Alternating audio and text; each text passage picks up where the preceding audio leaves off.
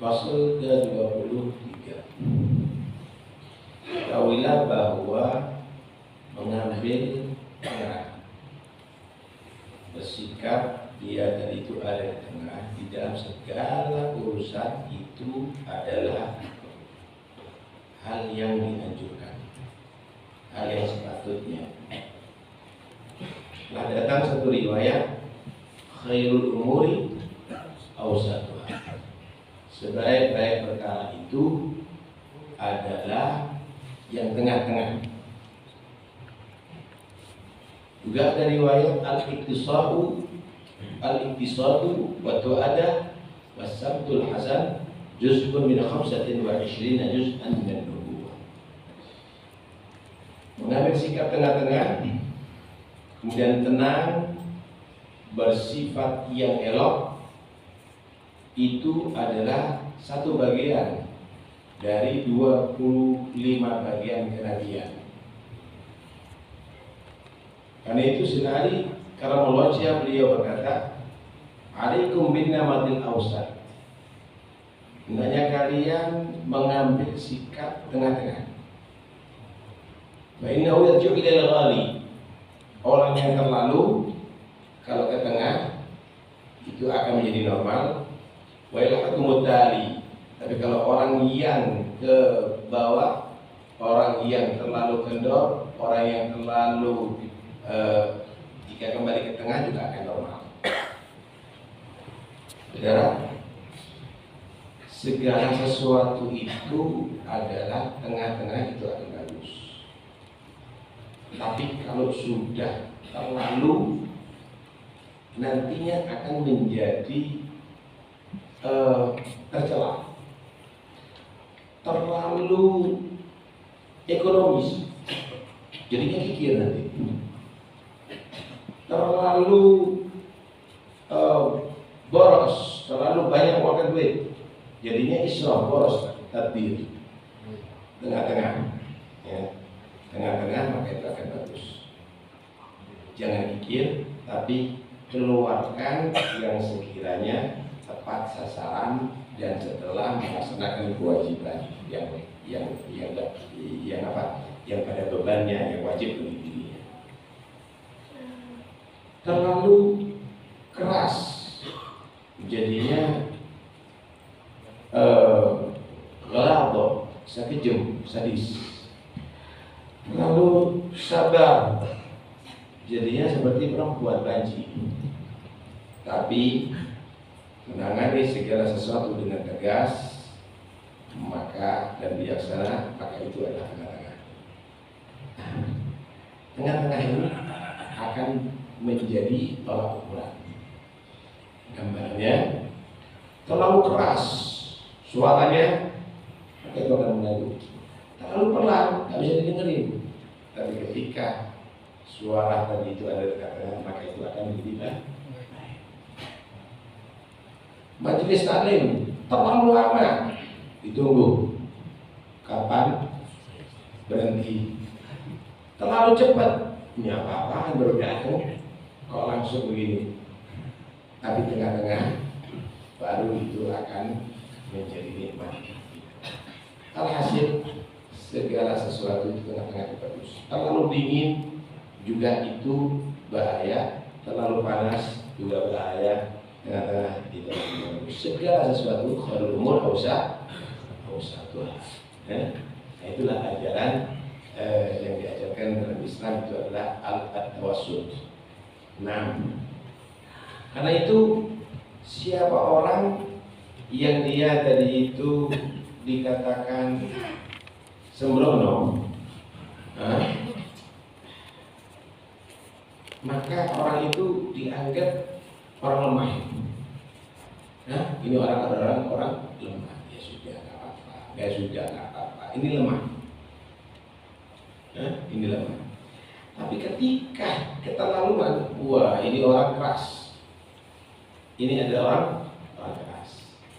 Dan ini secara akal logika juga tidak terpuji, secara syariat juga tidak terpuji. Ibadat atau adat? Betul. Anda misalnya makan terlalu banyak nggak bagus, terlalu sedikit infus, tengah-tengah akan jadi bagus. Minum juga begitu, tidur juga begitu. Terlalu banyak nggak baik, itu sifat pemalas. Terlalu sedikit nggak energik dan ini. Gerak sedikit udah lemas. Disinilah kita harus mengukur segala sesuatu itu dengan maksud, baik itu ibadat maupun itu adalah adat. Allah Subhanahu wa Ta'ala banyak di dalam Al-Quran memberikan kita semuanya untuk supaya bersikap belakangan.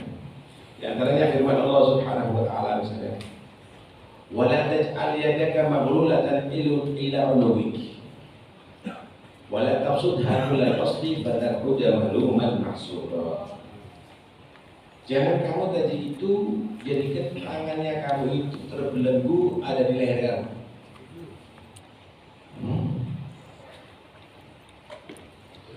Dan jangan kamu tadi itu melepas tangan kamu tadi itu dengan terlalu melepas tangan kamu tadi itu sehingga kamu terlalu loyal ngabur-ngaburkan harta.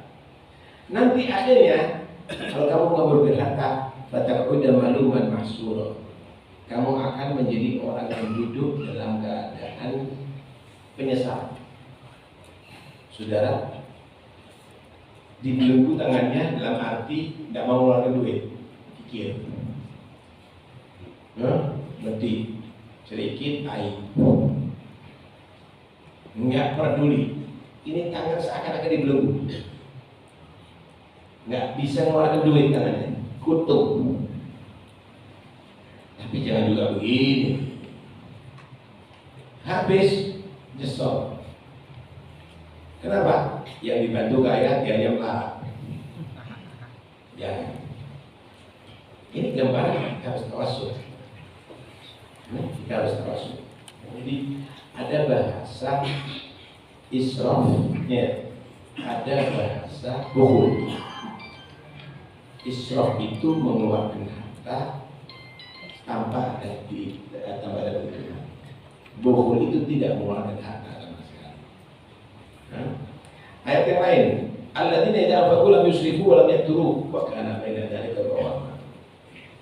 Ada orang-orang dipuji oleh Allah, yaitu jika dia menginfakkan hartanya tidak terlalu menghambur-hamburkan, tapi juga tidak sampai terlalu menggenggam, tapi dia mengeluarkan antara yang satu dengan yang kedua, tidak kikir dan tidak mubadir, tidak tabdir. Nah, jadi di sini nih ada beberapa tingkatan sebetulnya. Tingkatan orang umum, jadilah tengah-tengah. Tapi bagi beberapa orang yang dia itu tingkatan luar biasa. Seperti Nabi SAW itu tidak pernah menyimpan hartanya untuk esok, untuk beliau. Tapi untuk istri-istrinya dibagi menurut kekuatan keyakinannya. Ada yang dikasih untuk kebutuhan 1 tahun, ada yang dikasih untuk kebutuhan setengah tahun, ada yang dikasih untuk kebutuhan 3 bulan, ada yang 1 bulan. Ada beliau tidak pernah menyimpan untuk esok hari. Nah, sehingga suatu saat pernah beliau mendapatkan hadiah besar, duit banyak. Kira-kira kalau mendapatkan duit banyak itu, kalau kita mikir bank mana nih untuk menyimpan. Nabi nggak cari bank, Nabi nggak cari tempat untuk menyimpan, tapi cari tikar. Duitnya disosok di tikar semuanya. Semua dipanggil, kasih ini, kasih itu, kasih. Duitnya habis, yang minta belum habis. Sedangkan Nabi tidak pernah menolak kalau diminta. Panggil, apa hajatnya kamu? Saya perlu ini, ya Rasulullah, perlu ini.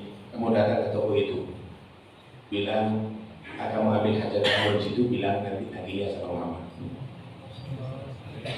Asalnya ketika Nabi habis itu, Nabi melihat banyak yang masih perlu. Sina Umar berkata, ya Rasulullah, saya kalifuannya sadillah. Cukup. Kalau nggak memaksa, menurut lebih daripada kemampuan manusia. Ini ada seorang Arab memimpin itu walaupun ditegur atau dikasih usulan dengan orang biasa, bukan tokoh.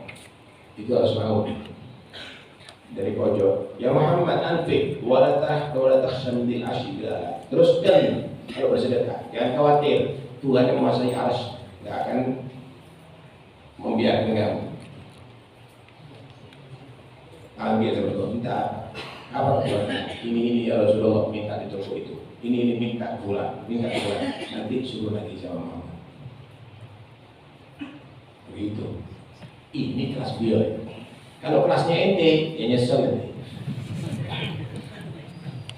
Ya, ukur sesuai dengan kemampuan kamu.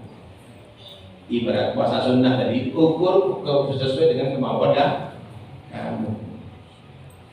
Ibarat sholat itu, ibarat baca Quran, ukur. Mau saya 2 juz, 5 juz, jangan 20 juz. Inti baca 20 juz, tapi setelah itu tobat 2 tahun nggak baca ini. Jangan. Nah, tapi bagi mereka hatam baca. Kenapa? Karena mereka merasakan kenikmatan.